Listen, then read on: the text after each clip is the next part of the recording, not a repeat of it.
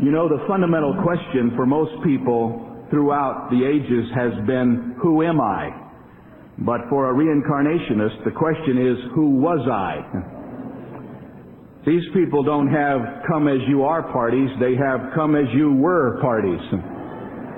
This week someone sent me a postcard knowing of this series, and the postcard said, I believe in reincarnation. I'm coming back rich and skinny. And I understand the thought behind that, and we all laugh about reincarnation. In fact, for most of the years that I've been in the ministry, that's what it's been, just kind of a joke, something that we think nobody really believes in. And yet, reincarnation is no longer a joke. It is a very fast-growing belief system in the Western Hemisphere. Here in America, 23% of the American people say that they believe in reincarnation. That's 1/4 almost of our population. If you survey the college-age young people, that is, ages 18 through 24, the percentage jumps to 30. 17% of those who attend church say they believe in reincarnation. 21% of the Protestants and 25% of the professing Roman Catholics say they believe in reincarnation. And we have pulled even now with the statistics that are coming out of Europe. In other words, we have known for a long time that Europe was minus God and into everything that was pagan, but now American culture has caught up with European culture, and the statistics about belief in reincarnation are almost exactly the same here as they are in Europe. The word reincarnation is a word which comes from a Latin combination of words, re, which means again, en, which means in, and karo, which means flesh. Put those three words together, and what the word reincarnation means is in the flesh again, or infleshed again. The American definition of the term reincarnation is this: reincarnation is the consecutive movement of the soul from one bodily human life form to another bodily human life form for the purpose of working its way back to its original home, which is oneness with the universe, sometimes called nirvana. If you were here, you know that we have done some research into the New Age movement, and it is nothing really more than Hinduism repackaged for the American consumer. And Eastern Hinduism teaches that life is essentially one, that plants and animals and human life are so interrelated that souls are capable of transmigrating from one to another.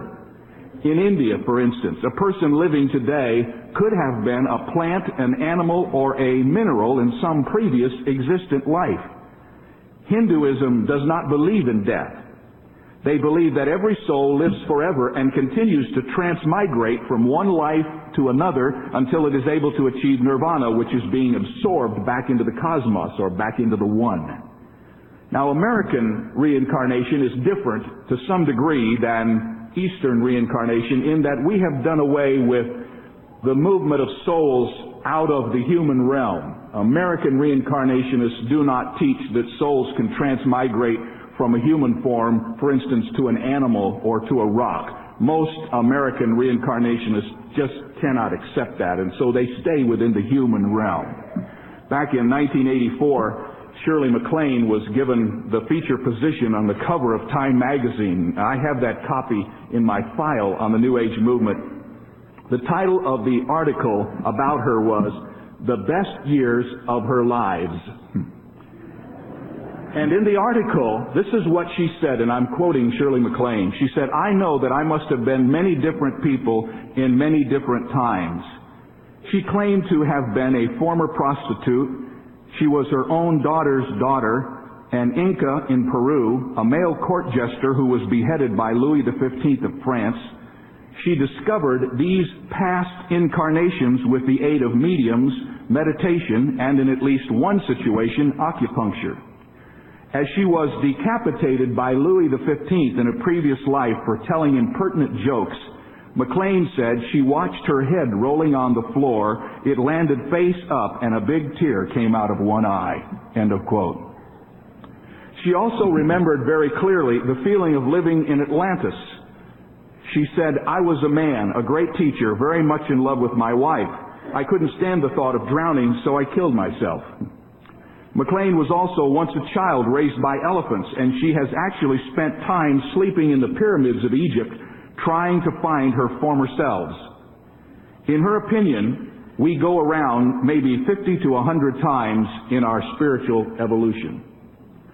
Shirley MacLaine isn't the only one of the famous people who believe in reincarnation.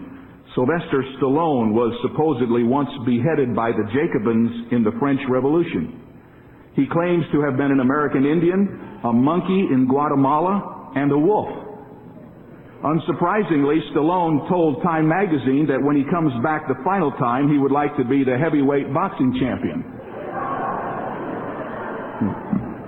Peter Sellers of Pink Panther fame, and many other characters as well, once told Shirley MacLaine that the reason why he could perform his impersonations was because he had been those characters at one time in previous lives, and he could describe them as having lived them himself.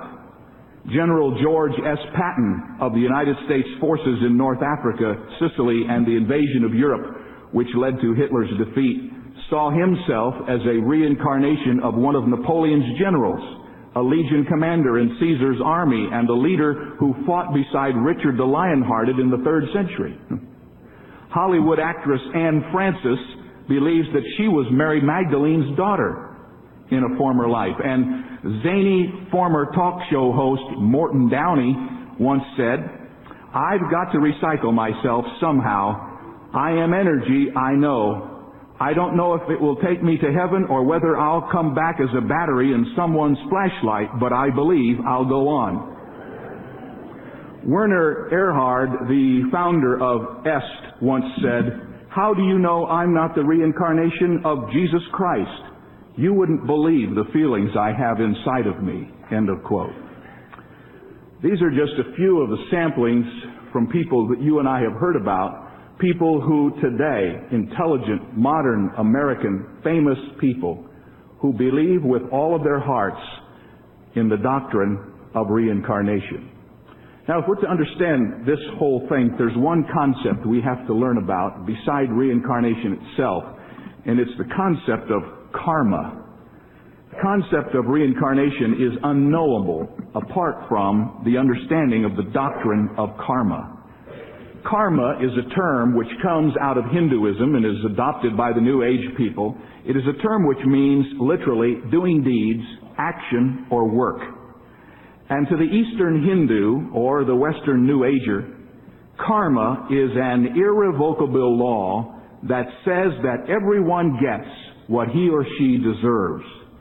In other words, there is this impersonal force in the world that causes us to build future debits and credits based on our behavior. Evil is always punished in the life to come. Good is always rewarded in the life to come. And the idea is that one's future existence is determined by this impartial law. Thoughts, words, and deeds have an ethical consequence which determine future existence. So the law of karma says that whatever you're doing, you're either building debits or credits with this impersonal force, and while they may not catch up with you in this life, they will all be stored in the superconscious force, and when you come back the next time, your debit and credit with regard to karma will determine what form or existence you will take. To look at it retrospectively, karma is the cause of what is happening to you right now. There are no injustices in the world. Whatever is happening to you was determined exclusively by what you did in your past life. That's the doctrine of karma. Basically, it is the idea that we are all getting points, either pluses or minuses, with this universal conscience, and that we will pay in the future on the basis of our debits and credits. Now just store that in your mind for a moment, and let's ask ourselves some questions. I have a little outline that I'm going to follow, and I know that some of you are taking notes, and maybe if I could give you the main points, it would help you to stay with me. The first thing we want to talk about is we want to talk about the attraction of reincarnation to the New Age mind. Why would anybody want to believe this? Secondly, we're going to talk about the argument for reincarnation from psychology or past life therapy. Thirdly, we're going to talk about the attempt to support reincarnation from the Scripture. And finally, we're going to talk about the answer to reincarnation from the Christian gospel. Now, first of all, the attraction of reincarnation to the New Age mind. One of the questions that comes to our mind as we begin to read about this and study it is, why would any thinking modern American be tempted to believe in reincarnation? I mean, really? What in the world is wrong with Shirley MacLaine and Sylvester Stallone and all of these other people that they would buy into the belief system that we keep going around 50 to 100 times until we finally are absorbed back into the world? I had a trip to Grand Rapids and I preached there, and as I was coming back, I had all my stuff with me. I had all my books and my notes, and I've got reams of notes on reincarnation. I had them all spread out on my tray there, and the guy who was sitting next to me, I could see he was looking out of the corner of his eye trying to figure out what I was doing. And frankly, I was so absorbed in this, I was not too aware of what he was doing, but he was looking over my shoulder. And finally, he couldn't handle it anymore, and he says, "What are you doing?" I said, "Well, I'll tell you what, I'm a pastor, and I'm doing a series on the New Age movement, and I'm studying reincarnation. And I'm going to give a message on it Sunday night." "Oh," he said, "that's wonderful. That's helped a lot of people." And you know what? That was a good thing for him to say to me at that time. I talked to him about it as we traveled, but there are a lot of folks who believe that reincarnation is a gigantic help. And let me tell you why they feel that way. Here are some of the reasons why people are attracted to reincarnation. Reason number one, it provides an escape from death. Reincarnations is Satan's major lie to deal with the problem of death. When Satan told Eve in the Garden of Eden that she would not surely die, he had to come up with some way to make good on his promise. And so the deception of reincarnation is Satan's attempt to keep his promise to Eve. Death is nothing more than the transition to a new existence where nothing fundamental has changed. Now, the Bible says that there are some people who go through all of their lives in fear of death. But reincarnation, when people buy into the system, takes that all away. You don't have anything to fear. You're going to die, but that's no big deal because you're going to come back, and you'll just keep coming back over and over again. And so death is not real. I read a statement by Shirley MacLaine that the ultimate joke on humanity by the Christian gospel was the belief in physical death. They do not accept death as a reality. It is simply the end of one existence and the beginning of another. Now, if you don't want to believe that you're going to die, you can find some way to get around it, but it's illusionary. It's not real. The second reason why people buy into reincarnation is that it provides an excuse for sin. Not only does it provide an escape from death, but it provides an excuse for sin. The doctrine of reincarnation is appealing to many people because it encourages them just to continue living the way they are without ever having to admit their sin or helplessness before God. At death, God is a no-show anyway, so what's the big deal? There's no personal accountability, there's no judgment, just the opportunity to go around one more time trying to get it right. As far as your present sin is concerned, it's not really your fault in this life. You cannot help what is happening to you. It's just the determination of what happened before. You are an innocent victim of what happened in a previous life. Now let me explain to you how this works to help these people. Shirley MacLaine found that some women were men in previous existences. And it dawned on her that she might have stumbled on an explanation that would explain homosexuality. After being told that she had been a male in a previous life, she asked her entity or her psychic if this could be a metaphysical explanation for homosexuality. Her reasoning was this: maybe a soul makes a rocky transition from a female to a male body, and there is leftover emotional residue and attraction from a previous incarnation. And when she asked her entity, he agreed that that was probably a good explanation for homosexuality. It's not your fault. It's because you had a rocky transition from a past life. Or try this one on. This helps people deal with adultery and infidelity. Ms. McLean had an affair with a Russian lover, and she concluded that one reason she may have been drawn to him is that he may have been her son in a previous existence. So if a man finds himself attracted to another woman, it may be that he was married to her in another life. Gina Sermonera calls this karmic necessity. In short, such cases could indicate that the infidelity of the mate sometimes occurs through karmic necessity. John's unfaithfulness to Mary deserves that treatment because of her unfaithfulness to Claudius when she was married in ancient Rome. I mean, this is really bizarre. Have you ever had somebody ask you this question? And I've had this question asked me as a pastor by well-meaning people. I remember one night a lady asked me, she said, I was in a hotel out of town and I got in an elevator and I looked across the elevator and my eyes met the eyes of another man. I didn't even know this man. And she said, something happened in that moment. And she said, I came back and I wondered if perhaps I had married the wrong man. You know what I told her? I said, lady, if you're married, you married the right man. That's what I believe. That's craziness. That falls right into the lap of Satan, who likes to use all this craziness to take us away from the responsibility we have to be obedient to God's Word. Reincarnation gives people an excuse to sin. I can't help it. It happened in another lifetime, maybe 4 or 5 reincarnations before, and I'm the innocent byproduct of the karmic mistakes of the past. Third, reincarnation appeals to people because it provides an explanation for evil. The historic problem of why the innocent suffer is handled quite easily by the New Age reincarnationist. Through the principle of karma, everybody is just getting what they deserve. That innocent child who was born deformed is really not innocent. In her past life, she accumulated a karmic debt, and so she is paying for it now. The New Ager thinks that this helps God look better. They believe that it is a far better answer than the Christian answer, which rests on the unknowable sovereignty of the Lord. And it surprises me that very few people really challenge the logic in their answer. Reincarnationists do not solve the problem of suffering. They dismiss the problem of suffering.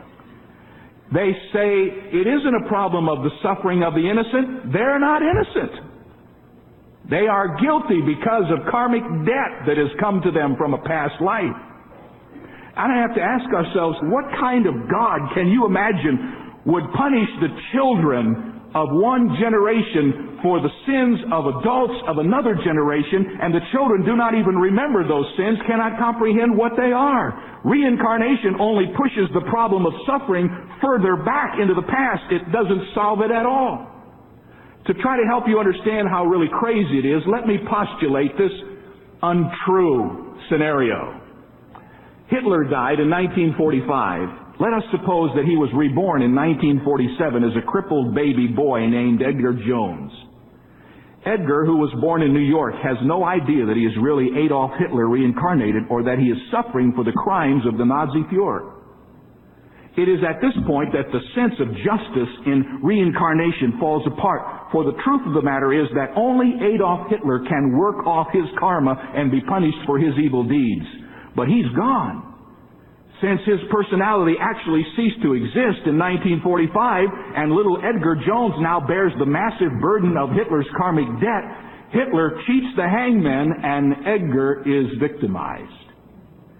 There is a foundational difference between this justice and justice as we know it. Put a man in jail, execute him, do whatever you must for his own sin. At least he will know what he's being punished for. But don't make little babies suffer for things they didn't even know about, done supposedly by somebody in a past life. Can you imagine, as a pastor, going to the hospital, if there is such a thing as a reincarnationist pastor, and one of your members is lying there, perhaps a baby's just been born to one of your families, a mongoloid child. What do we say when we go? We pray with them? Do we have the ultimate answer as to why this has happened? No, we can't explain that. But we know we have a loving, all-wise God, and in eternity we will understand.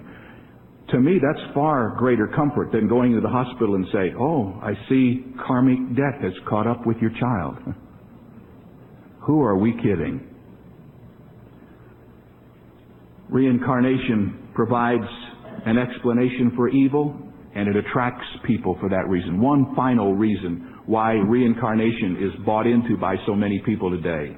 Not only does it provide an escape from death and an excuse for sin and an explanation for evil, but fourthly, reincarnation provides an eternal salvation for everybody. Writer and attorney Ethelgard Smith criticizes reincarnation this way, quote, "So everybody wins, including the guy at the office who cheated you out of a promotion, the parent who may have sexually abused you, the spouse who left you for somebody else. That's right, everybody wins. Even Attila the Hun, Adolf Hitler, Idi Amin, Colonel Gaddafi, and Ayatollah Khomeini. Granted, they may be the last wave pulling up the rear, but as they come across the finish line, everyone will be waiting there to cheer them on. With reincarnation, nobody loses. It is the historic doctrine of universalism, which says that everybody is saved. Everybody is going to be saved eventually, even if there isn't a Jesus Christ. They just keep going around and going around until they get it right. And then they're absorbed into the world. Geddes McGregor is an Anglican priest, and he is the Distinguished Professor Emeritus of Philosophy at the University of Southern California. He calls reincarnation an enrichment of the Christian hope. He says that whatever it may be, reincarnation means resurrection of some kind. The attainment of a glorified body might be through a gradual process, he says. Many pseudo-Christian people have adopted reincarnation as an attempted explanation for the resurrection process. He believes that reincarnation is spiritual evolution. Evolution teaches the idea of the struggle for biological development, and reincarnation is its counterpart in the struggle for moral development. McGregor says, on the reincarnationist view, one little life of whatever length is not enough to weed out the garden of the soul. The purificatory process takes a far longer time than we are likely to imagine. It takes more than one life, so we have to keep going around till we get it right. So once again, we may lay the strategy of Satan at the root of evolution. To embrace the doctrine of reincarnation is to accept the necessity of evolution. You cannot really be a reincarnationist unless you're an evolutionist. And just as evolution is the natural realm universal, so evolution in the spiritual realm is universal. It means everybody ultimately makes it. It'll take some people longer, but everyone will be saved. So if you're a Christian and you claim to be a reincarnationist, you wouldn't want to tell anybody about the Lord, because absolutely don't do that. They're going to get it sooner or later. It may take them 4 or 5 lifetimes, but they'll get there. Now, when you back up from this and you stop for a moment and think, you can understand why this would appeal to some modern American minds. You don't have to worry about death anymore. I mean, it's no big deal. You don't have to worry about sin anymore because there's an explanation for it. You got a ready-made answer for evil and suffering in the world. And on top of that, everybody wins. I mean, can you imagine anything more attractive to the modern American mind than a doctrine that would incorporate all of that in one big package? Who could have thought up something like that but the old devil himself? Now, the second major thing we want to talk about is the argument for reincarnation from past life therapy. Now, this is really interesting, and I hope you'll stay with me, because one of the questions you have to ask if you're into reincarnation is, how would you ever know that you are reincarnated? Well, the way this works is, New Age reincarnationists join the superstars in their quest for meaning in their present life by going to psychics and examining their past life. The process of recalling that information has been dubbed past life therapy. This is one of the fastest growing psychotherapies in the nation. Basically, there are 3 different kinds of past life therapy. Here they are: intuitive recall, spontaneous recall, and psychic recall. Now watch this. Intuitive recall is like this. Have you ever been to a place where you knew you have been before and yet you know you have never been there before? Or have you ever seen a person that you have never met before and yet you know you have met them before? This is sometimes referred to as déjà vu. a French term which means already seen. It is supposedly an evidence that you have lived before and this event took place in another lifetime. Intuitive recall has been defined as vague memories and impressions that you have lived before. And I want to ask the question now, is déjà vu proof for reincarnation? Dr. Maurice S. Rawlings, an associate clinical professor of medicine at the University of Tennessee, says there are times when the subconscious relates a present event with a previous one, and the conscious mind does not remember that previous event. We think we have been in a certain conversation before, when in actuality, the present conversation is so much like a conversation we had before that our minds fuse the two of them together and we experience déjà vu. In the absence of any other substantial evidence of past life existence, to base reincarnation on déjà vu is absolutely ridiculous. There is not a scientist in the world that would take that as evidence that a person has lived again, just because they have intuitive recall. They remember something that they don't remember that they remembered. All right? Number two. I know, it's crazy. Number two. Spontaneous recall. Let me tell you a story that will help you to understand it. In 1951, a boy was born in India who at the age of 4 began to tell his parents that he actually belonged to a family in the town of Klaus, 6 miles away. He knew many details of this other family, and when a visit was arranged, he actually recognized the other family as his parents. He was able to recognize other members of the family and knew intimate details about their lives and their existence. Interestingly enough, they had a son who had died a year before, and this boy had been born the following year. The family concluded that their son had been reborn, and there have been many similar accounts that have been reported, especially from areas of the world where reincarnation is believed. Now, what did that mean? Some years ago, there was a best-selling book called The Search for Bridie Murphy. And it was a book that was supposedly written to prove the reality of reincarnation. Let me tell you briefly what that book was about. Reputable psychiatrists and psychologists testify to the veracity of this account. A lady under hypnotic regression went back to old Ireland in the 17th or 18th century. There she spoke Gaelic, and she described the coastline where she had lived in that past life. She discussed clothing and customs. Her Gaelic was spoken in a deep Irish voice. The book was so persuasive that they didn't even wait to finish all the research on her. They sent the tapes away, wrote the book, and it was on the bestsellers list for several weeks. But a psychiatrist looked for Bridie Murphy and began to check on her background.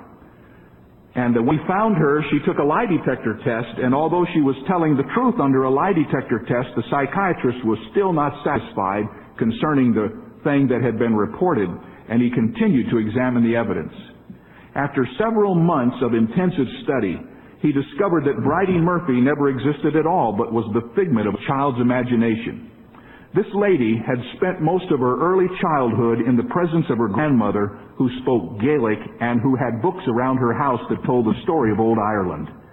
The child had devoured these books, and her grandmother had actually taught her Gaelic. She forgot the language and the history as she grew older, but her memory banks had stored all this information.